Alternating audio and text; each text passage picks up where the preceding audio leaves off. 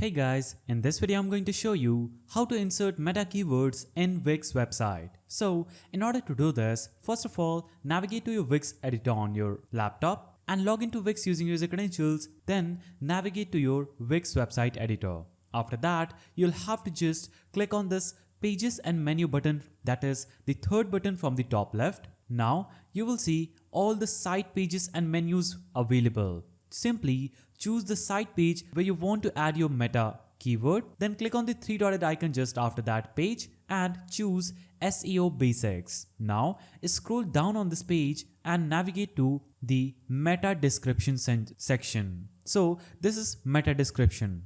That is the description for search results. So you'll have to just navigate here and put your meta keywords in this area. After doing this, you can do the title tag, that is this tag that people will see. Now you can also add the URL slug, that is the last section of this link. You can select the page where you want to add the meta description, choose any page you want and enter the meta description here, then click on the publish and save button at the top. After doing that, you would have successfully inserted meta keywords in Wix website. So that's how you do it. If you found this video helpful, please don't forget to give it a thumbs up and thanks for watching.